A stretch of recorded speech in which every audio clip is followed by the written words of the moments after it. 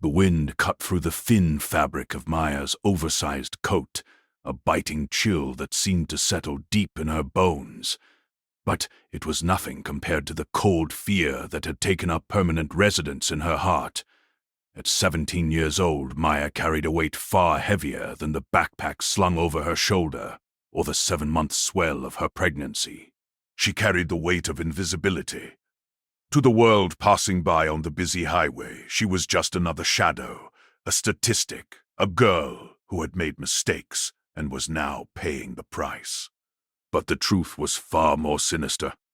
Hidden behind the manicured hedges and white picket fences of the town she was currently fleeing, Maya shifted her weight, her feet throbbing in shoes that were 2 sizes too small. She stood near the diesel pumps of a run-down truck stop, the smell of gasoline and stale coffee thick in the air. She wasn't begging. She had too much pride for that, or perhaps just too much fear of drawing attention, but her eyes lingered desperately on the convenience store window, watching a family inside buying sandwiches. Her stomach gave a violent, hollow rumble, and the baby kicked in response, a sharp reminder of the life depending on her. She hadn't eaten a proper meal in 2 days. The couple she had been living with, the Millers, had locked the pantry again before they left for their weekend trip, leaving her with nothing but a list of chores and a threat that still rang in her ears. 1 toe out of line. Maya and the state takes that baby the second it takes its first breath. She had run. It was a desperate, impulsive decision, fueled by the discovery of paperwork on Mr. Miller's desk. Adoption papers she had never agreed to, with her signature forged at the bottom. But now, standing in the freezing twilight, the reality of her situation was crashing down. She had no money, no phone, and nowhere to go. If you believe that help often comes from the most unexpected places and that everyone deserves a second chance, please take a moment to hit the like button. Leave a comment saying, "I believe in heroes," to support our channel. And don't forget to subscribe to Biker Stories for more touching tales of redemption. Your support helps us share these important messages. Maya adjusted her coat, trying to cover her bump. She knew what people thought when they saw her. A runaway. A delinquent. Nobody looked close enough to see the bruises on her wrists or the terror in her eyes. She was about to turn and walk back into the darkness, to find a barn or a bridge to sleep under, when a low rumble began to vibrate the concrete beneath her feet. It started as a hum, then grew into a roar that shook the glass windows of the station. A convoy of motorcycles turned off the highway. These weren't weekend hobbyists on shiny, quiet machines. These were choppers, loud and aggressive, ridden by men in leather cuts covered in patches. The Iron Guardians Motorcycle Club. To Maya, who had lived a sheltered, controlled life under the thumb of the Millers, they looked like monsters. Beards, tattoos, scars, and the thunder of engines. There were only about 10 of them in this group, but they took up the entire forecourt. Maya froze, her instinct to run warring with her physical exhaustion. She pressed herself back against the brick wall near the air pump, hoping to blend into the shadows. The bikers dismounted, their laughter rough and loud. They looked like walking trouble. The leader, a giant of a man with a gray beard braided down to his chest and arms like tree trunks, scanned the area. His road name was Grizz, and he looked every bit the part of an apex predator. Maya held her breath, praying they would just go inside, buy their beer and cigarettes and leave. But Grizz didn't go inside. He stayed by his bike, checking the oil, while the others went in. Then he stopped. He slowly turned his head, his dark sunglasses hiding his eyes, and looked straight at the shadows where Maya was hiding.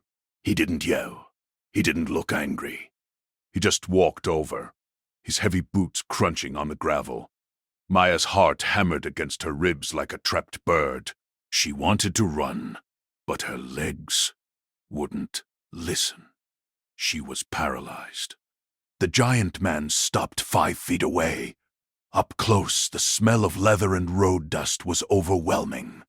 He took off his sunglasses, revealing eyes that were surprisingly weary, surrounded by crinkles of age. He looked at her, worn-out shoes. He looked at the shivering hands. And he looked at the undeniable curve of her belly. "You okay, kid?" His voice was a deep gravel, rough like sandpaper, but the tone wasn't aggressive. Maya couldn't speak. She just shook her head quickly, terrified that if she opened her mouth, a sob would escape. "You waiting for someone?" Grizz asked, taking a step closer. Maya flinched. The movement was small, involuntary, but Grizz saw it. He stopped immediately, holding up his large, calloused hands in a gesture of surrender. "Whoa, easy, I ain't gonna hurt you," he said softly. He reached into his leather vest. Maya braced herself, expecting a weapon. Instead, he pulled out a pack of gum. He popped a piece in his mouth and offered the pack to her. She stared at it. "Not hungry for gum," he muttered to himself. "Right." He turned his head toward the store where his brothers were coming out with armfuls of snacks and sodas. "Hey, Tiny, bring me a sandwich. And water. Not a soda. Water." A biker named Tiny, who was ironically nearly 7 feet tall, tossed a wrapped sandwich and a bottle of water to Grizz. Grizz caught them one-handed and held them out to Maya. "Take it," he said. "You're eating for 2. Don't let pride hurt the little one." Maya's hunger won. She stepped forward, her hand trembling violently as she took the food. She tore the wrapper open and took a bite, then another, barely chewing. Grizz watched her, his expression unreadable. He waited until she had finished half the sandwich and taken a long drink of water before he spoke again. "I'm Grizz," he said, "president of the Iron Guardians, local chapter.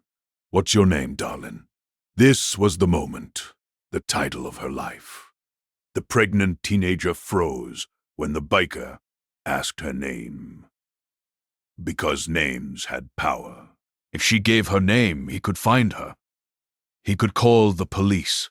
The police would call the Millers. The Millers would take her back, lock her in the basement, and take her baby. She froze. The silence stretched between them, heavy and thick. She stared at the patch on his chest, a skull with wings. To the world, it meant danger. To the Millers, these men were scum of the earth. But this scum had just fed her when the respectable people drove past. I can't," she whispered, her voice cracking. Grizz nodded slowly. "Can't or won't." He didn't wait for an answer. "You running from the law or running from a devil?" Maya looked down at her shoes. "A devil," she whispered. "2 of them." Grizz sighed, a heavy sound that rumbled in his chest. He looked back at his men, who were now leaning against their bikes, watching the interaction with quiet intensity. They weren't laughing anymore. They saw the fear in the girl. They saw the signs of neglect that the rest of the world chose to ignore. "You got a place to sleep tonight?" Grizz asked. Maya shook her head. "Schick, grow the bike," Grizz said. Maya's eyes widened. "What?" I said. "Get on the bike. We got a clubhouse about 20 miles north. We got a guest room. It's warm. It's got a lock on the inside. You sleep. You eat.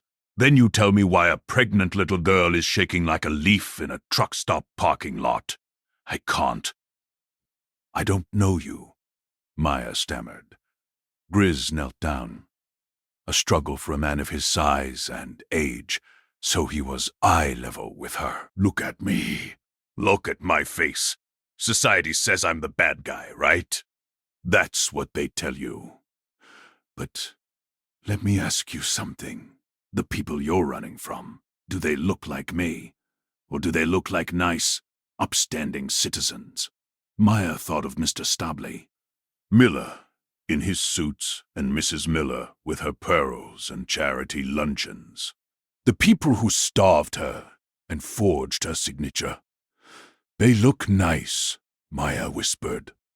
Exactly, Grizz growled softly. Evil wears a suit and tie just as often as it wears a coat, maybe more. I give you my word. On the patch I wear, nobody touches you. You and that baby are under the protection of the Iron Guardians. Now, are you coming, or are you staying here in the cold? Before we find out what happens when Maya enters the world of the bikers, I have a question for you. Have you ever judged a book by its cover, only to be proven completely wrong? Or has someone judged you unfairly? Let us know your story in the comments below. And remember, if you're enjoying this story, please subscribe to the channel. It really helps us keep writing these for you. Maya climbed onto the back of Grizz's massive motorcycle. It was the terrifying leap of faith that would change everything. The ride was loud and windy, but for the first time in months, Maya felt a strange sense of safety. With Grizz's broad back blocking the wind, she felt shielded. When they arrived at the clubhouse, it wasn't the den of iniquity she expected.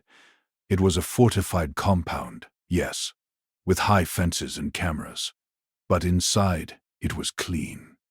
There were other women there, the old ladies of the club members, who didn't look like trashy groupies. They looked like mothers and grandmothers.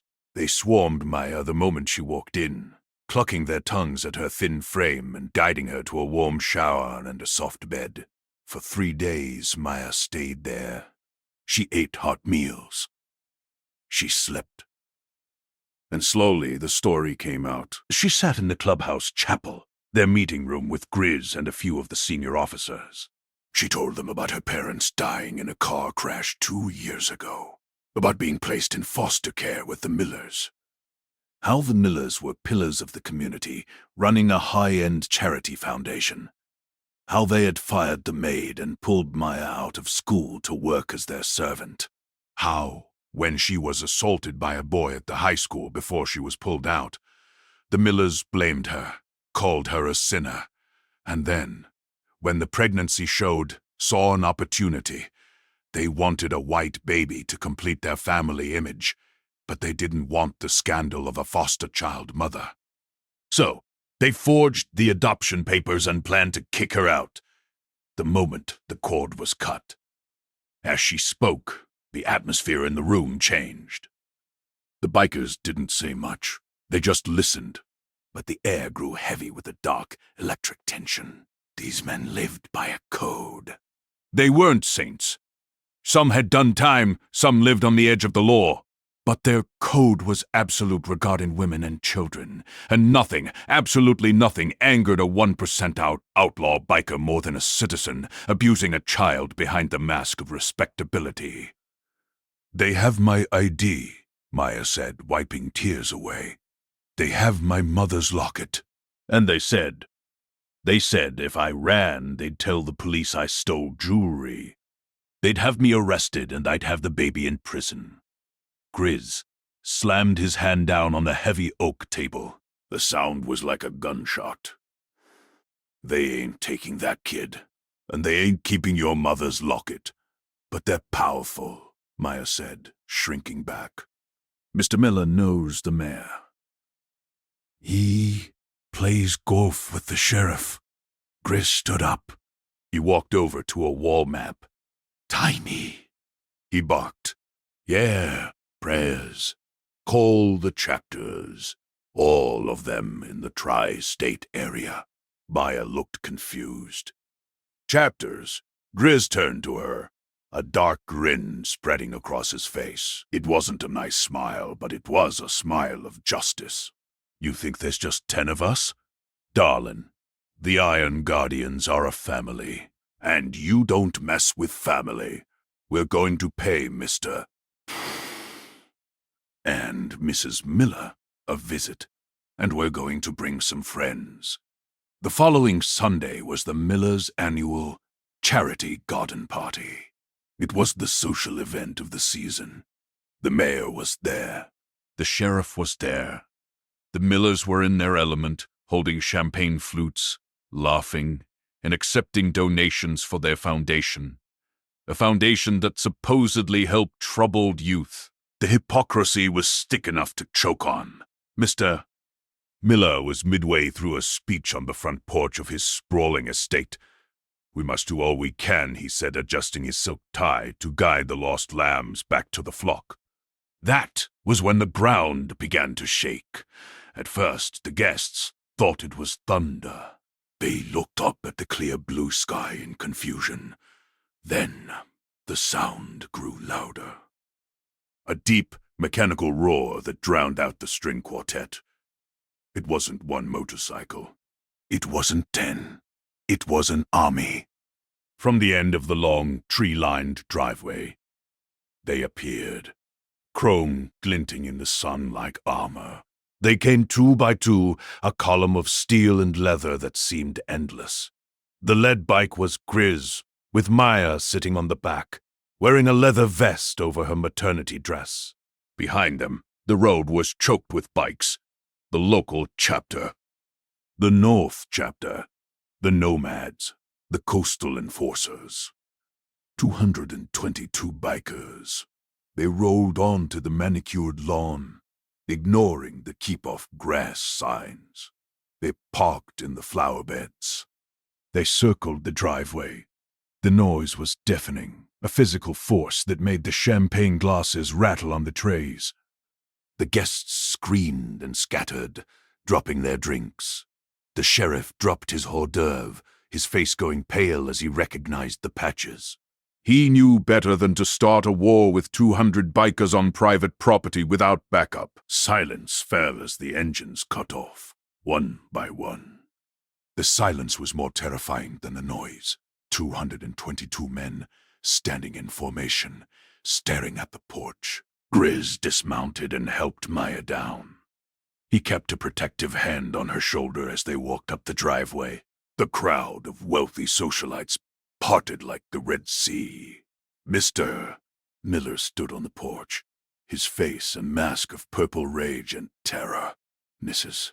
Miller was trembling, clutching her pearls.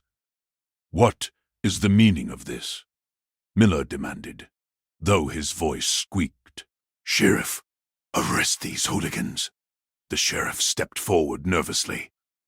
"Now, Grizz, you can't just—" "Step aside, John," Grizz said calmly. "We ain't here to break the law. We're here to enforce it." Grizz stopped at the bottom of the porch stairs. He looked up at Miller. "We heard you like to help troubled youth." Grizz boomed, his voice carrying to everyone in the yard. "We heard you're so generous you took in this poor girl here, Maya." The crowd murmured. People recognized Maya. They had seen her scrubbing the Millers' floors. "She ran away. Mrs. Room." Miller shrieked. "She's a thief. She stole from us." "Is that right?" Grizz asked. He reached into his vest and pulled out a folded piece of paper. He handed it to the sheriff. "This here is a copy of a labor complaint filed with the state this morning. Unpaid wages. Violation of child labor laws. And this," he pulled out another paper, "is a statement regarding forged adoption documents. We got a brother in the club who's a forensic handwriting expert. He says that signature is a fake." "Lies!" Miller shouted. "Get off my property." "We're leaving," Grizz said. "But first, you're going to give the girl what's hers." "I don't have anything of hers." Grizz turned to the 222 men behind him. "Brothers," he shouted, "do we believe him?" No. The shout from 200 men hit the house like a shockwave. Grizz turned back to Miller. "My brothers get restless when they smell a liar." "Now," Maya says, "you have her mother's locket in your safe, and her birth certificate, and about $5,000 in cash she earned working odd jobs before you locked her down." "Mr. Miller looked at the sea of leather.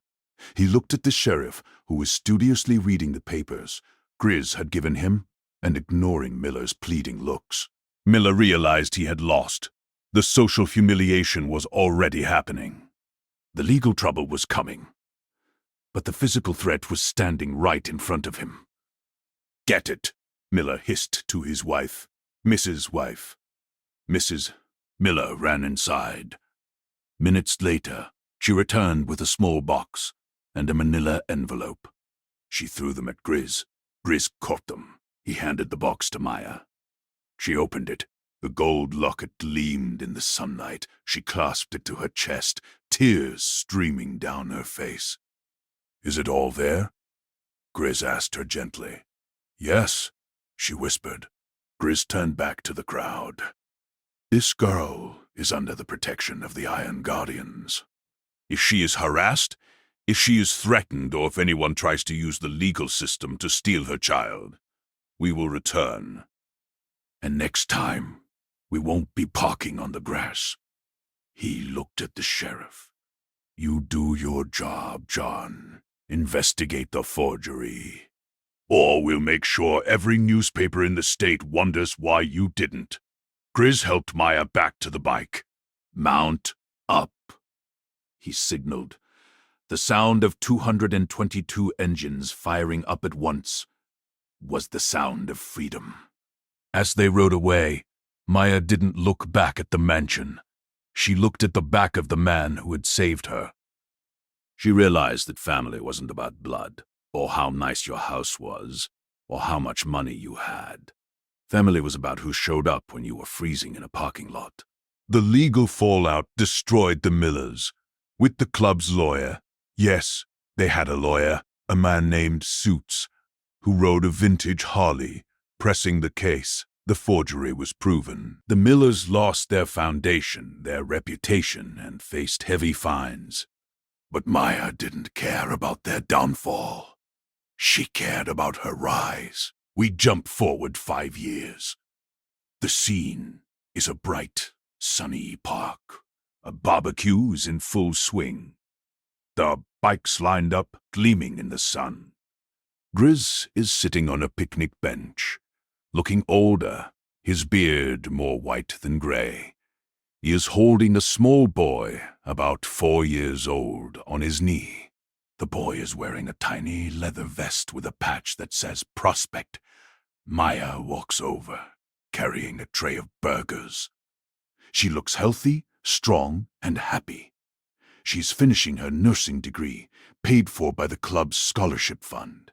She isn't a biker chick in the derogatory sense. She is the club's daughter. They are her uncles, her brothers, her protectors. Uncle Grizz. The little boy shouts, pointing at a butterfly. "I see it, little man." Grizz rumbles, smiling. Maya sits down next to them. She puts a hand on Grizz's arm. "Thank you," she says softly. It's something she says often, but she means it every time. Grizz shrugs. "Just did what was right, kid. Just did what was right." The world had seen a pregnant runaway and a gang of thugs. But the truth was, that day in the parking lot, 2 broken pieces of the world had found each other and built something whole. The Iron Guardians didn't just save Maya, she saved them too. She gave them a purpose beyond the road. She reminded them that even with calloused hands and scarred hearts, they were capable of gentle things. They proved that you can't measure a man's worth by the noise of his engine, but by the silence he keeps when he listens to a cry for help. Before you go, we have one final request. If this story touched your heart, please share it with your friends and family. You never know who needs a reminder that heroes are everywhere.